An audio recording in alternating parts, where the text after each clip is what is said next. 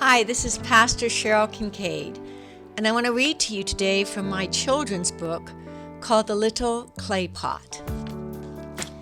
Deep beneath the grass, snuggled in the earth's soil, there was a little slab of clay. The clay liked being hidden in the earth. When it was snowy, rainy, or cold, it didn't matter to the clay because he was hidden in the earth. When it was hot or dusty or windy, it didn't matter to the clay because he was hidden in the earth. The little piece of clay was safe in the earth. Then one day, the little piece of clay's life changed.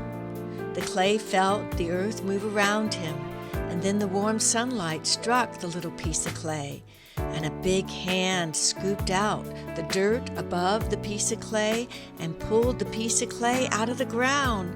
And suddenly the clay was out in the middle of the air.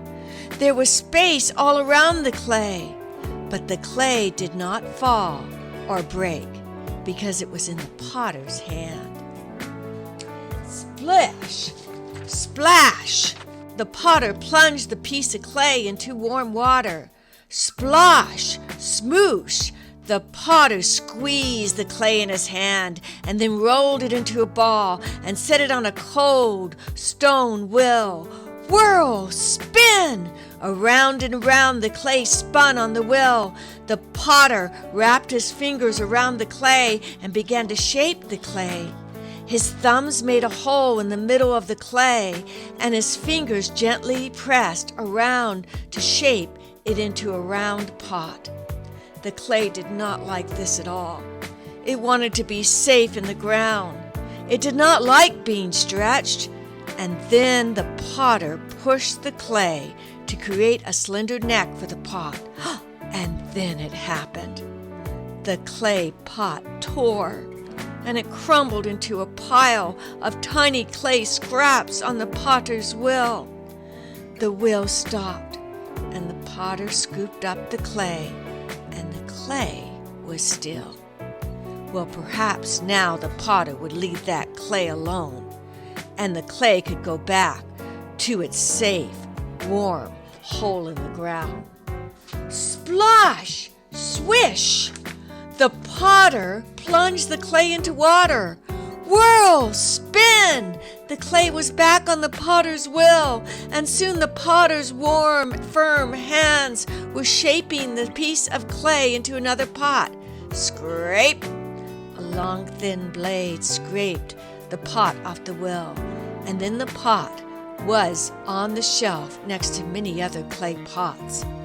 As the little clay pot sat quietly in the warm sun, it noticed the other pots around it.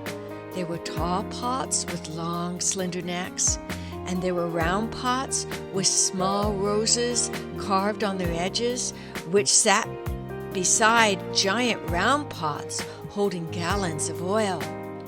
Well, thought the little pot, perhaps it is not so bad to be pulled and tugged and shaped and molded if you could turn out like one of the beautiful pots or one of the great and mighty pots. Soon the potter placed the pot into his stone oven. The flames rose high around the little pot, and the warm air surrounded it. The little pot could feel its clay harden and become firm. The oven was scary, but it was not so bad, especially if the little pot could become one of the great or beautiful pots. The pots were loaded onto a cart and taken to the market. The cart shook back and forth as the wooden wheels turned up the hill to the market. Once, when the donkey who was pulling the cart stopped suddenly, the little clay pot toppled to one side. The little clay pot was frightened that the cart would fall over and it would smash into 100 pieces. But it was not so bad if the little clay pot could be one of the beautiful or mighty pots. At the market, the potter placed all the pots on the blanket. Many people came by to look at the pots, but no one looked at the little pot.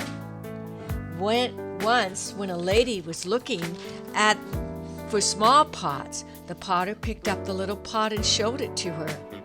"No," said the lady, "I do not want such a plain pot in my kitchen."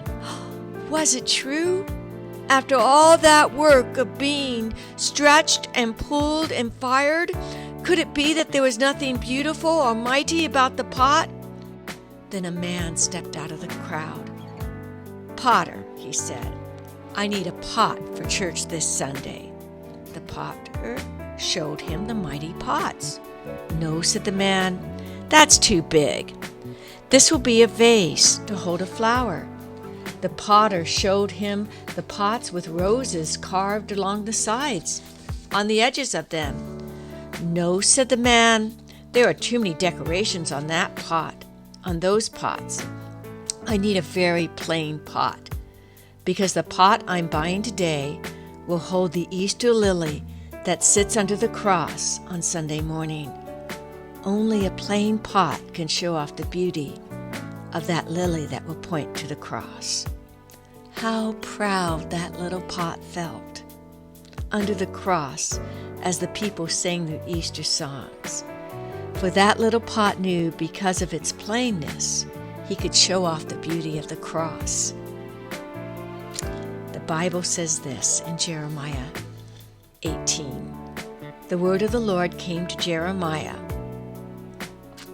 "Arise and go to the potter's house, and there I shall announce my words to you." Then he went to the potter's house, and there he was making something on the wheel. But the vessel he was making of clay was spoiled in the hands of the potter. So he reshaped it to another vessel, as it pleased the potter to make.